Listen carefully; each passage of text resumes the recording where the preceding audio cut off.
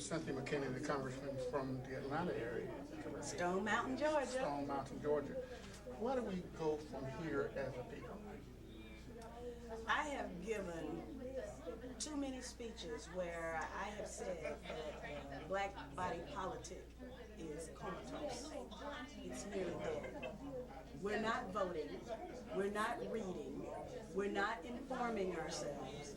We're electing people who don't represent us. We are not closing the racial gaps as we should. And in fact, on some indices, the racial disparities are worse today than they were at the time of Dr. Martin Luther King Jr., of his living.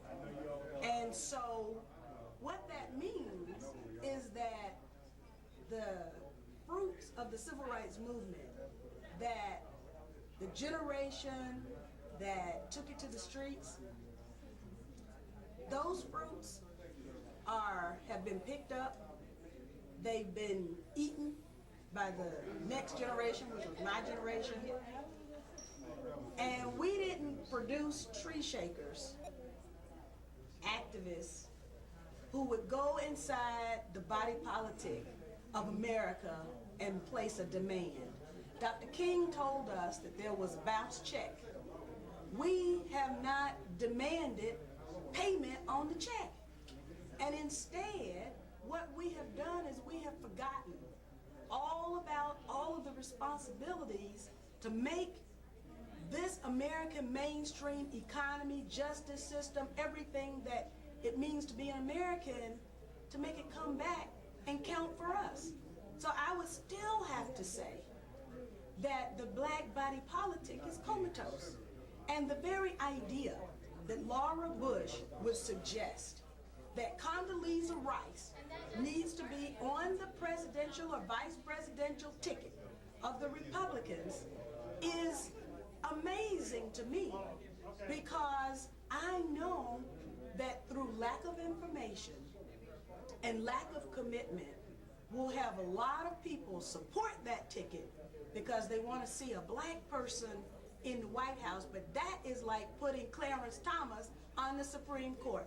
And then we're going to do it again by putting another Clarence Thomas-like person in the White House.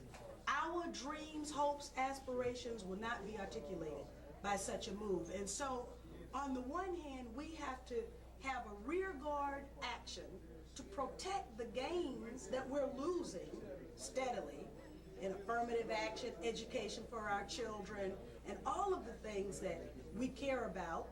And then we have to have a front guard action to prevent the kinds of insults to our community that such a nomination by the Republicans would represent. What can you do? This is kind of a negative tone, but what can you do about the large number of young blacks that are going to jail now, and mostly is for killing or hurting or stealing from or raping other blacks?